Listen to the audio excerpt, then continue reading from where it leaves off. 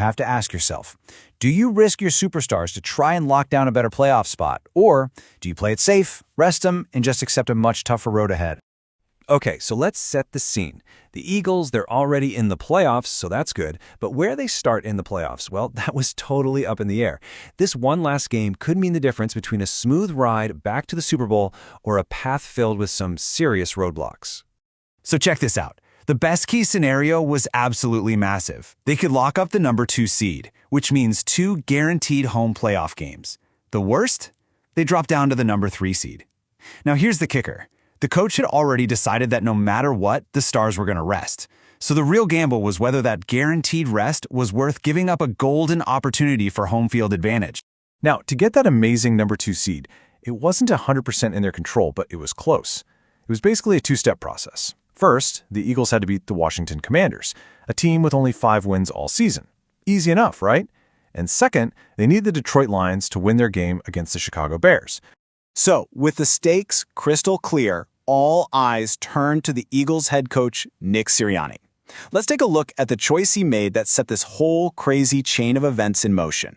And here it is, the core of the whole strategy, right, from the coach himself. He pretty much said, look, getting the number 2 seed isn't a sure thing because we need another team to win for us. But you know what is a sure thing? I can protect my most important players. I can make sure they're healthy.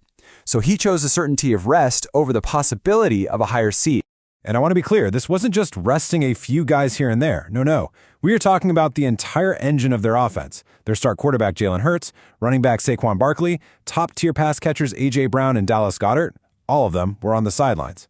The Eagles basically sent out their B team to play a game with A-plus stakes. But this is where the story gets really good. Because as the Eagles game was getting started, something was happening in another stadium that was about to completely flip this gamble on its head. Hey, remember that second thing they needed to happen? The part they had zero control over? Well, while Philly's backups were on the field, the Detroit Lions were in an absolute dogfight with the Chicago Bears. You can bet every Eagles fan in that stadium had one eye on their own game and the other glued to the out-of-town scoreboard. And then it happened. The Lions did it. They pulled it off in a nail-biter, 19-16. The first domino had fallen, and it fell exactly the way the Eagles needed it to. And just like that, the entire situation changed. The gamble was suddenly very, very real.